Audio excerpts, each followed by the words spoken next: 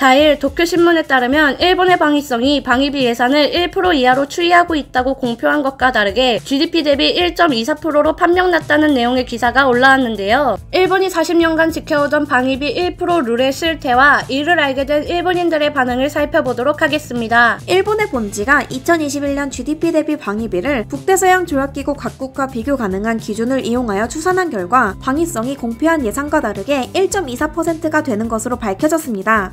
일본 방위성은 독자적인 산출 방법을 사용해 당초 예산은 1% 이하로 추이하고 있다고 공표했지만 이는 나토 기준의 관련 경비나 증가 경향에 있는 보정 예산을 제외하고 있었습니다. 현재 미국이 동맹국에게 요구하는 군사비의 비율은 2% 이상으로 나토를 감행하는 30개국 중 11개국이 2% 이상에 도달했습니다. 일본은 21년도 당초 예산으로 방위비가 0.95%라고 설명하여 낮은 수준으로 보였겠지만 일본은 나토가 국방 관련 예산으로 담고 있는 보훈연금과 일본 해상보안청에 해당하는 해양경비대 경비, UN 평화유지활동 출연금 등을 제외하고 발표했기 때문에 단순 비교를 할 수 없는 것이죠. 본지가 집계한 결과 일본의 21년도 동종 예산 약 7,200억엔과 보정 예산 약 7,738억엔을 합하면 1.24%로 늘어난 것입니다. 일본은 1976년 미키 내각이 방위비는 GDP 기준 1% 내로 제한한다고 결정한 방위비 1% 룰을 40년간 이어온 것으로 알려져 있는데요. 하지만 일본은 1992년부터 PKO에 참여했고 예산도 2차 아베 정권 이후 증가했으며 추경 예산도 해마다 불어나고 있지만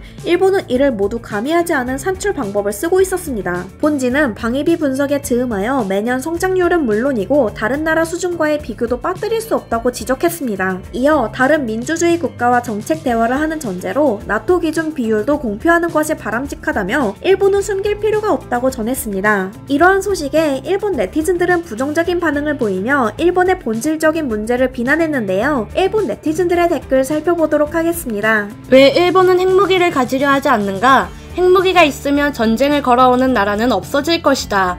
방위비를 줄여도 평화는 유지된다. 아무리 봐도 헌법 구조 위반. 일본은 일체의 군비를 가져서는 안 된다. 일본의 원숭이 법제에서는 핵무기를 관리한다는 것이 무리이기 때문이야.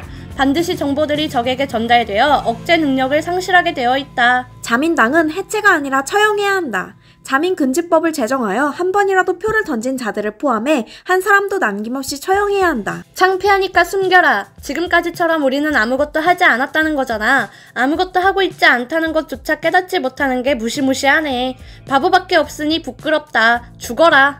이건 군비 확장 문제보다 그만큼 세금이 높아진다는 것이 더 큰 문제다. 미국의 무기 카탈로그를 보고 비싼 무기를 살 뿐 자주의 개발을 하지 않기 때문에 언제까지나 일본의 국력은 오르지 않는다.